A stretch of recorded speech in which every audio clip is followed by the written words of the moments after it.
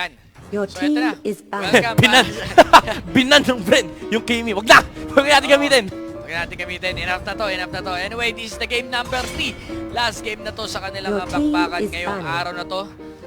Tingnan natin kung anong mangyari. It's probably another Diggy ban from Bren Epro. Possible. And Kaja and Cho is out of the option here, out of the table for both of the teams. And Bren, pag binandali yung Diggy, remember, meron pang Grok, meron pang Claude, Harit. meron Oo, pang open ulit si Harit.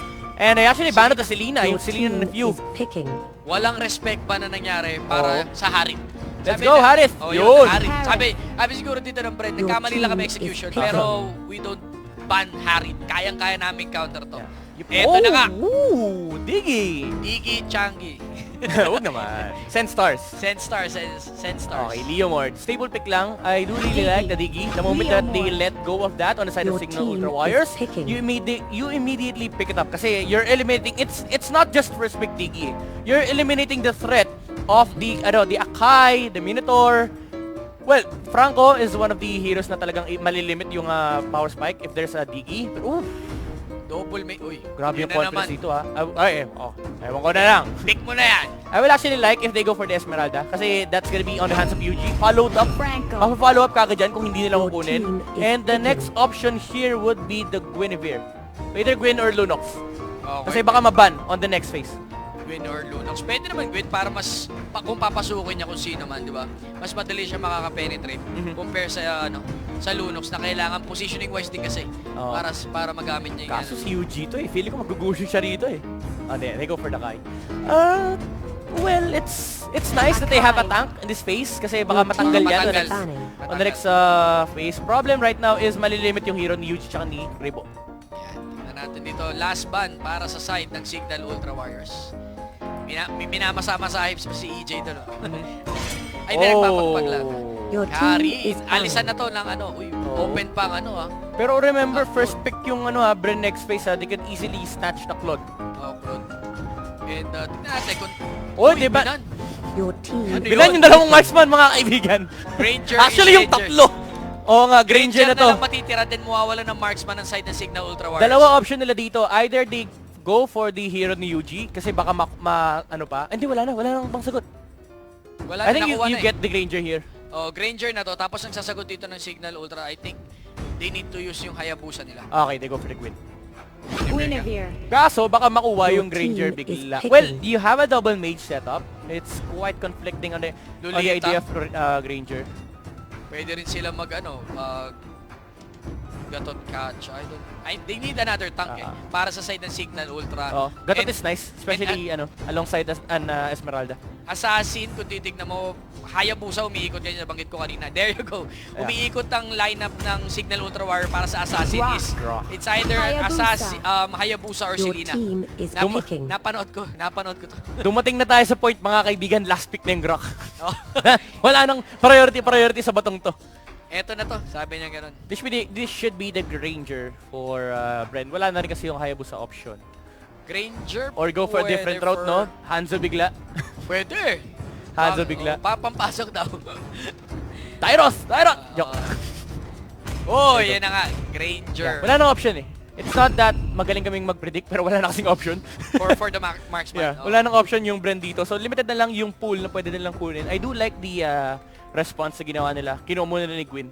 Kasi kahit pa sabihin natin wala nang pansagot, as much as possible you'd want to see the tank setups muna ng Cignal Ultra Warriors before you actually pick up the Granger. Tsaka hindi na rin pipick up ang hindi na rin pipick ng Granger tong Yeah, Signal yun nga. Ultra Warriors. Sobrang na sila doon. Malilimit na yung Sobrang power crit na spike. nun. Yung lineup nila. I do like the draft battle between the two teams. Medyo equal at this point. Ang nakakatakot lang is yung double mage setup. You have a Harith and an Esmeralda. Sobrang rare na magsama tong dalawang to sa isang Paano lineup. pupunitin yan? Exactly. Paano mo pupunitin yung shield ni Esmeralda, yung shield ni Harith, at the same time, yung Grok na malaking bato sa harap. O yung Great Wall of Grok, paano nila papasokin? Yun ang magiging pinaka-problema nila as of now. And again, double mage setup, ang kailangan yan is level. Early game, level. Pero may parang may time lang yan eh. Yeah. May time, up until like 10 minutes to 12 minutes, humihina na rin naman eh. Exactly. Super crucial ng timing ng Cignal Ultra Warriors dito. If they go late, nakakatakot yung Granger. There's Oo. no real catch against this hero. You can say na yung Esmeralda tumatalon, pero that's not real gap close against this hero. So anyway, pakilala muna natin ang side ng blue side dito, Cignal Ultra Warriors.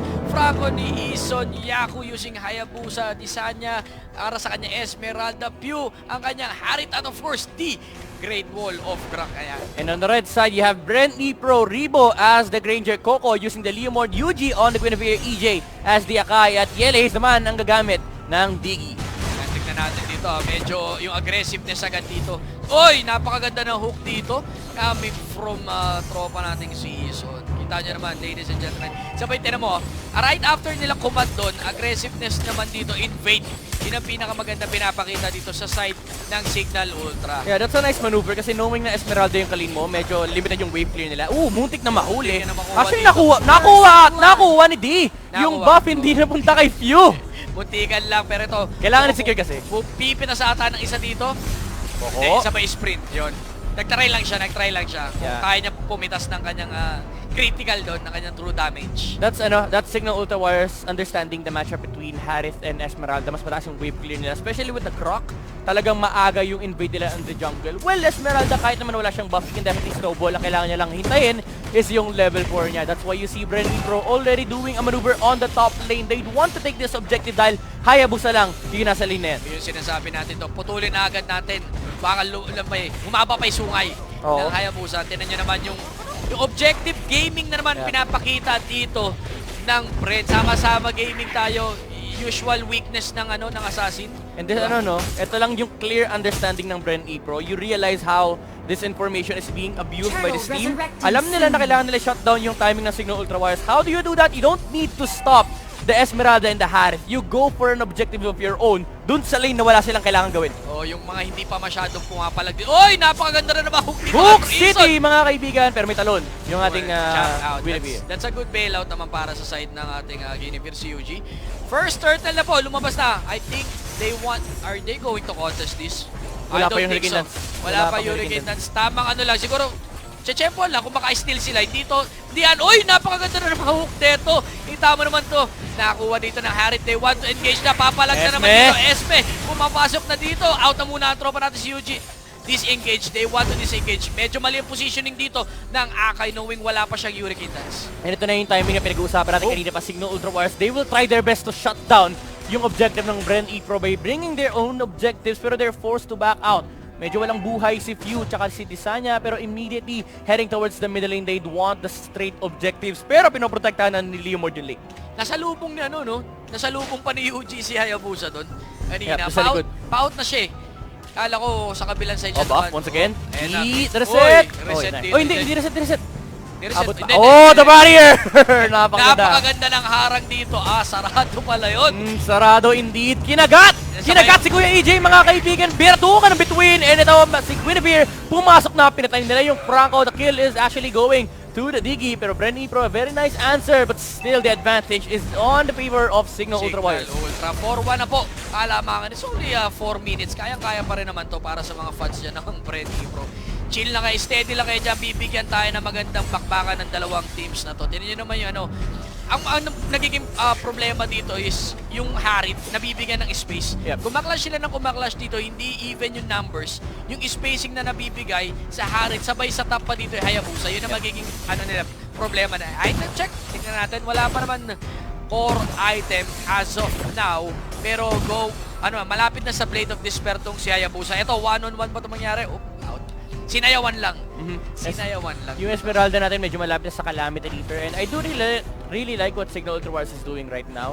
There's a buff on the Grok na nakakot niya kanina. Few actually has one of its own. Pero ito, Zaman Force, wala siyang mahuhuli. Pinakomit na. Ito na, napakaganda ng Walllock Hurricane Dance. Medyo mali ata ang tutok dito ni Ripo. Mali ang kanyang binabaril. Yuji! Inakumitan dito si Eugene. Now Yuji will go down. Sino pa susunod? Flicker out coming from Haze. Nagkakahabulan na dito. They want to contest every time nakukunin ng Cignal Ultra. Papalagan nila yung bottom para lang ma-hold yung objective, pero it's not enough. Kita nyo naman yung nangyari doon. Medyo questionable yung tutok ni Ribo doon sa side. Na Walllock, iba yung binaril niya doon. And honestly, si Eson talagang hinihintay niya tumalon yung Esmeralda. The moment na ginamit ang Falling Star Moon, kahit walang Zaman Force, sige, kakagating kita. There's a Courage Mask already on the Franco. This just boosts the momentum of the Cignal Ultra Warrior squad.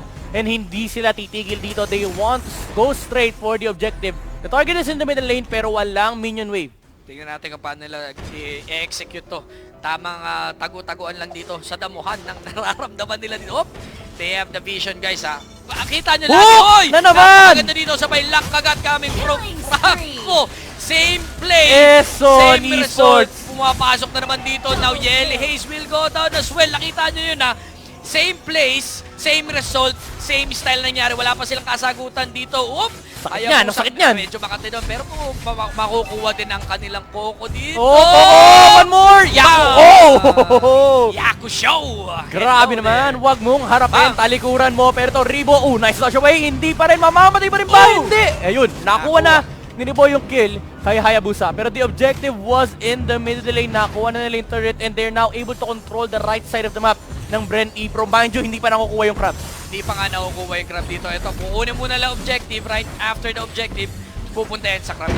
That's a basic movement coming from Cignal Ultra Warrior. Yep, ito sinisimulan na ni Harit. Just the amount of resource control on this roster. Wala pang sagot yung Bren Epro. Even the Hayabusa is able to 1v1 the Leo Mort. So lahat ng lanes kayang kontrolin ng Cignal Ultra Warriors. Ito magiging problema nila dito. Yung farm na naman dito ni Ribo. Yung magiging problema, inuubusan sila ng resources dito para sa side ng Bren Epro. Hindi sila makasagot. And ayan na, sama-sama technique. Ang pinagbabawal na ng technique. Alagaan muna dito. Kung hindi natin sila makakuha dito ng 1 versus 1, sama-sama technique muna dito. Ang problema, grabe makagangster. Another! Kala ko ba, Hook City eh. May isolation sila play dito, which is si East. Grabe si Dio, zone out, maximum zone out mula sa ating Grok. There's a feather of heaven dito sa kay Disanya. So the amount of magic damage output from the Cignal Ultra Warrior squad sobrang taas na at this point. I don't think so. They need i-contest pa to. Ibigay nyo na yan at mukhang medyo tabingi. Dalawa din yung red. Vapor. Dalawa din yung red trick sa side ng Cignal Ultra Warriors. Sobrang hirap kumontest ng Turtle. Ayan, natam. Oy, eto na naman, one-on-one with the Great One. Sabay tawag dito kay Barbiel. Tignan natin kung makakakambak pa din. Mamamatay pa si Coco dito against Yako. That's 1v1. That's the second time na nag-1 versus 1 sila dito. Medyo hindi maganda para sa side ng Bren Epro. Kung kanina objective po ang ginagawa ng Bren Epro, ngayon pinakikita din ng Cignal Ultra Warrior. Kaya din namin to. Oy! Na first time journey. Summon force! Hindi ito yung time journey na hinahanap natin dito. Wala coming from tropa. Where's the damage? Nasa ng follow-up damage dito. Mamamatay ang kanilang UG dito. Sino ba susunod? Akay will go down as well. Another objective. 2 hero down para sa side ng Bren Epro. Nakuha na pa ng middle tower. Ano ba nangyayari? Yako! Oy! Medyo pula to. Jumping in Ribo! Yes! Hello there. Grabe naman. 4 non-exchange plus 2 towers down para sa side. May minion wave, may minion wave. Bren Epro, minion wave. Pwede pa nilang tapusin to. Again, wala nang questionable dito. Mukhang kukunin nila dito. They're trying to contest, save their life. Nauling pasok dito kami from UG. Shutdown ng Harit. Kino-contest pa nila. Pwede pa papalagan dito. Esme, sobrang kunat na hindi nila mapababa. Down to 50% ang buhay ng Esme. Yan ang magiging problema. Rangers up though, pero remember, buhay yung mga main course ng Bren Epro. Although wala yung Leomord, the Guinevere is still up. So it's very hard for Cignal Ultra Warriors to actually rush the throne. Pero there's an immortality on Franco. Trabaho na lang kagatin kung sino man yung mahuli nila dito. Endless battle picked up by the Hayabusa. Talagang mahirap na mag 1v1 at this point against kay Yaku. Kanina, 7 minutes ang kalamangan lang sa round 2 to 3K. Ngayon, tignan nyo guys, yung gold spike dito sa side ng Cignal Ultra. Jumampe. Sobra. Pero, yung kaninang clash nila doon, yung discipline pinakita pa rin nila Cignal Ultra Warrior. We want to wait for the Lord just to close this game. Ito na naman. Same style, same result ang mangyayari. Oh my God! Coco, ginawa mo na kanina yan. Same result pa rin ang mangyayari dyan. Dapat ibahin na natin yung style natin doon. Hindi uubra yung ganong style against this 1 versus 1 Hayabusa. Yan. And the Lord is already being taken by Cignal Ultra Warriors. Bren Epro, can you actually contest? Hindi. Lahat sila naiipit sa base. Si Yaku, yung guard sa labas. Bawal kayong lumabas, mga kaibigan. Ayan na, hakbang kaliwat kanan going towards. Ang bilis sabi, oy, kanina pa ako mainit, sabi ni Poong may kapal. Yaku! Ito na, grabe naman. Oh my God! Dito, sabay shadow out. Grabe ah. Mainit si Yaku. How do you answer this? Ito sa nasabi natin, Hurricane Dance po na commit nakita ng Cignal Ultra. Now, problema nila kung paano nila iso-zone or babacksout palayo dito. And itong game na to medyo lumalayo na sa side ng Bren Epro. Objective lang si Lord. Wala akong pakis nyo. There you go. Cignal Ultra Warriors making a definite comeback against Bren Epro after losing the first game. Quick game 2 and quick game 3 to cement their scores dito sa ating league. Kita mo naman. Nagkatotoo yung sinabi mo. First game muna, madalas nabibitawan ng Cignal Ultra. Then they gonna come back para sa second and game number 3. That's ang And we're back here in the Nationals, and alongside with me is Yaku. Nakita natin kung paano nila na-dominate yung third game na yun. Pero speaking of momentum, paano kaya nagsimula yung momentum dun sa third game? Yung simula yun, game 2 pa yun, nung nakakabawi namin ng game 2. Inold lang namin siya para pagdating ng game 3, nandun pa rin yung init. Nung mga nag-break kami pero hindi kami nawawala sa focus pa. And kitang-kita ko na sobrang on point talaga yung mga hooks ni Esonon. Pero next question is, sino sa tingin nyo ang team to beat here in the Nationals? Suha Execution. Bakit? Kasi idol namin si Cignal. Shock no forever pa. And of course, sa mga tournaments natin, may nananalo, may mga natatatalo. Pero ano yung ginagawa ng team nyo para makakope up sa isang loss? Pag kasi, yung team na mabilis kami mag-adjust. So pag natalo kami, lahat ng pwede naming mapulot, kinukuha namin, tapos ina-adjust namin siya. Yung pwede namin improve, kunyari, gameplay nila, improve namin, ganun. Tapos next game, implement na.